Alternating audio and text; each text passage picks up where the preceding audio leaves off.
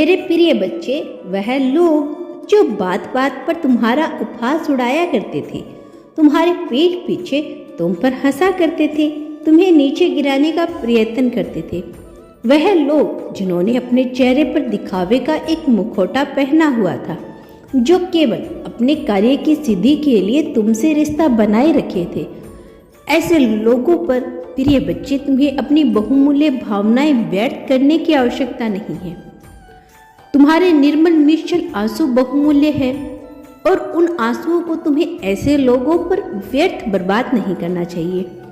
ऐसे लोग केवल व्यक्ति के सुख में उसके साथ होते हैं और जैसे ही उन पर दुख आता है वे सबसे पहले अपनी नजर मोड़ लेते हैं।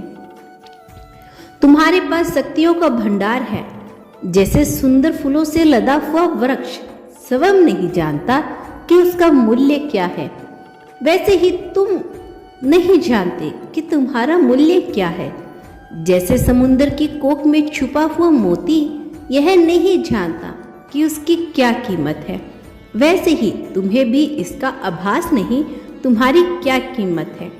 लेकिन तुम्हारे जीवन में अब तक जीत दस्तक नहीं दे सकी, लेकिन अब वह समय बदल रहा है, क्योंकि अब तुम मेरी शरण में आ चुके हो। इसीलिए तुम्हें यह संदेश को सुनना बहुत आवश्यक है।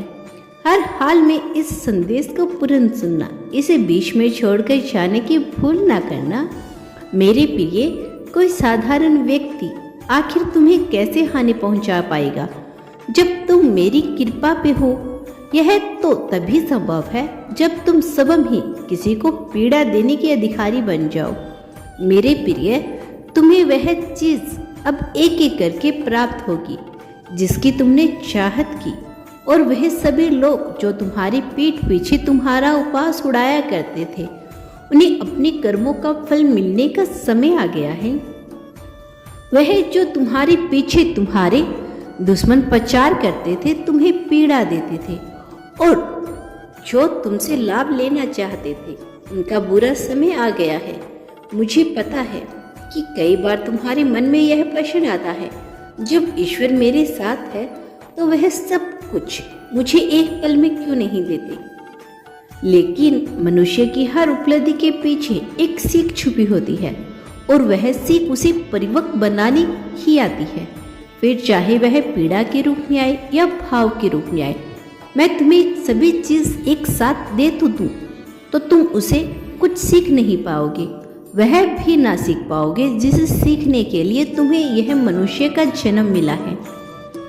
मैं तुम्हारी मन को जानता हूँ। मैं जानता हूँ कि यदि तुम्हें सब कुछ प्रारंभ से ही मिल गया तो तुम कभी आध्यात्मिक राह पर अपने कदम बढ़ा ही नहीं पाते। तुम्हारे मन की कमजोरी और तुम्हारी ताकत दोनों को ही मैं जानता हूँ। इसीलिए मैं जानता हूँ कि तुम्हारा भविष्य कैसा होगा। मैं जानता हूँ कि अतीत की किन गलतियों से तुम सीखे हो और किन से नहीं सीख पाए हो। इसीलिए तुम्हारे जीवन में जो भी आ रहा है उसे ईश्वर की मर्जी मानकर स्वीकार कर लेने में ही तुम्हारी भलाई होती है। मेरे प्रिय बच्चे, तुम्हारे आसपास आनंद ही आनंद है। तुम सदैव खुश में ही रहते हो, लेकिन तुम्हारे भीतर बसा में और कुछ बनने की बाहें तुम्हारी खुशी को छुपा दे रही है। मैं खुश होना चाहता हूँ, मैं आनंद में रहना चाहता हूँ। इस तरह के भाव तुम्हें चाहत के भी आवर्ती में फंसाए हुए हैं, और मैं की भावना तुम्हारे भीतर अहंकार को मरने नहीं दे रही। इसीलिए कुछ बनने की चाह या कुछ हो जाने की चाह को अपने मन से मिटा दो, और जो है उसे स्वीकार करो। अनिवार्यता की ओर बढ़ो। जीत तो तुम्हारे कदमों में स्वतः ही बिछ जाएगी। जिस प्रेम की तुम आशंका करते आए हो वह निश्चित तौर पर तुमको मिल जाएगा। ऐसा नहीं है कि वह मिल नहीं रहा, लेकिन तुम्हारी उपेक्षा किसी व्यक्ति से है, और यही उपेक्षा तुम्हारे दुख का कारण बनती है।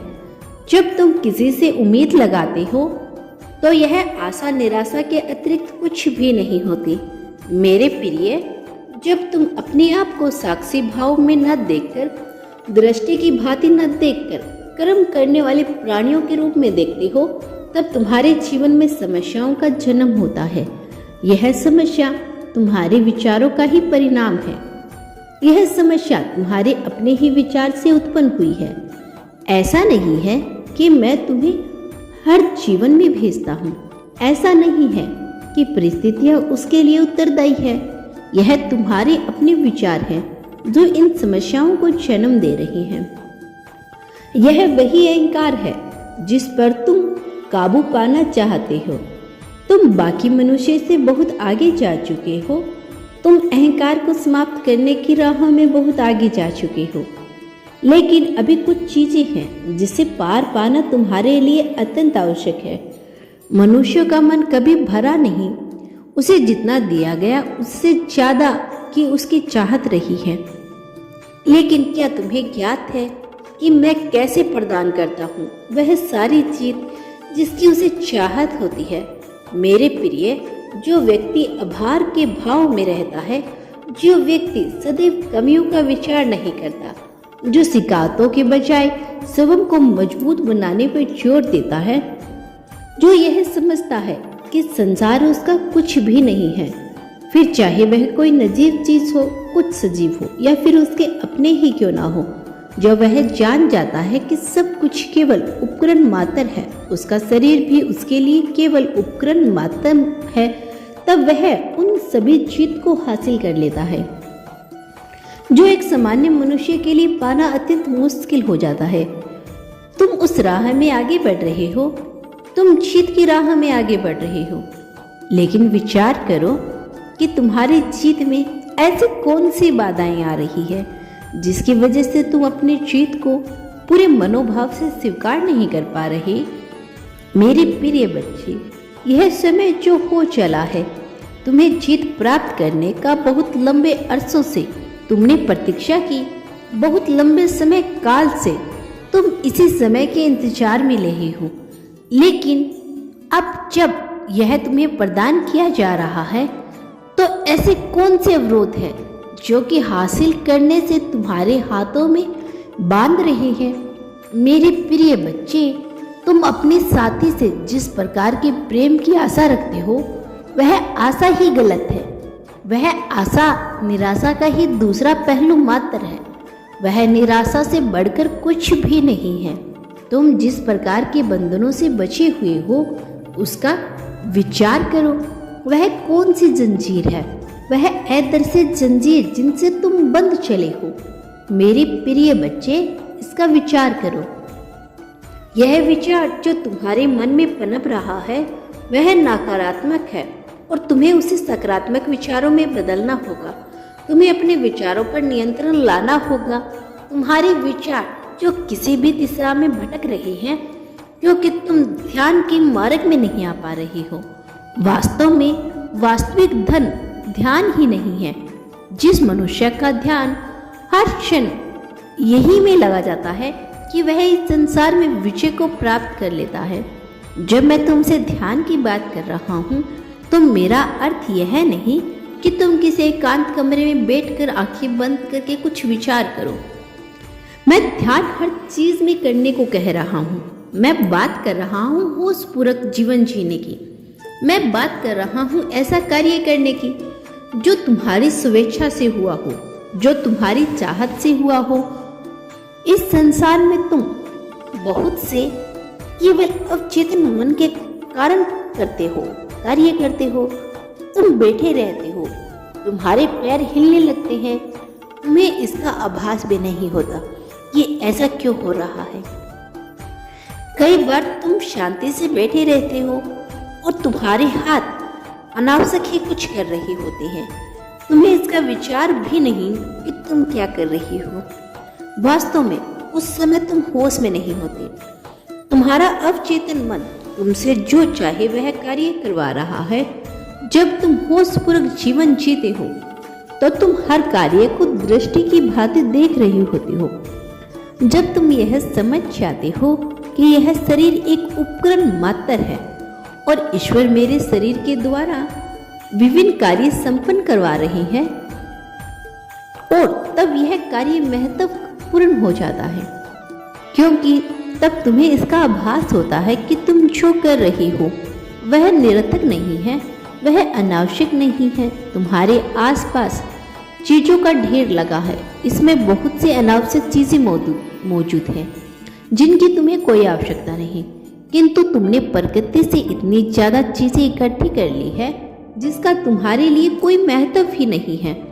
और जो तुम प्रकृति से चीज़ें इस प्रकार लेने लगते हो जैसे वह तुम्हारी अलमारी में पड़ी हुई कोई वस्तु हो, तो तुम्हें प्रकृति से उससे भी ज़्यादा चीज़ें लौटानी पड़ती हैं और तब दुखों का जन्म होता है। तुम्हारे जीवन में दुख से केवल इस कारण से है क्योंकि तुमने प्रकृति से जरूरत से ज़्यादा चीज़ें इकट्ठी कर ली है।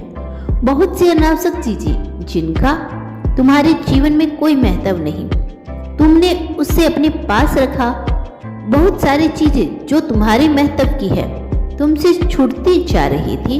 अनावश्यक चीज़ें जो विचारों को तुम अपने मन में पाल रही हो, तुम्हें उन विचारों से छुटकारा चाहिए केवल इसीलिए कि तुमसे किसी ने कह दिया कि ऐसा होता है। उसे मान लेना बिल्कुल भी समझदारी का कार्य नहीं है।